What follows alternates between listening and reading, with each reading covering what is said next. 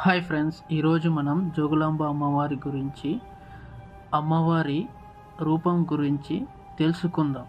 ముందుగా ఇక్కడ ఫోటోలో కనపడుతుంది అమ్మవారు పీఠాసన రూపంలో ఉన్నారు. ఇంకా అమ్మవారి కేశాలు గాలిలో తేలుతున్నట్టు ఉంది.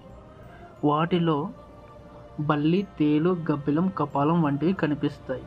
దీనికి సారాంశం, ఎవరి ఇంట్లో అయినా జీవకళ తగ్గితే అక్కడ బల్లుల సంఖ్య పెరుగుతుందని, ఆ కళ మరింత క్షీణిస్తే అక్కడికి తేలు చేరుతాయని దీని సారాంశం. ఆ తర్వాతి దశ అక్కడికి గబ్బిలాలు చేరడం, ఆ జీవకళ మరింత క్షీణిస్తే ఆ ఇంట్లో మరణం సంభవిస్తుందని చెప్పడానికి అమ్మవారి తలలో ఉన్న కపాలం ఓ ఉదాహరణ.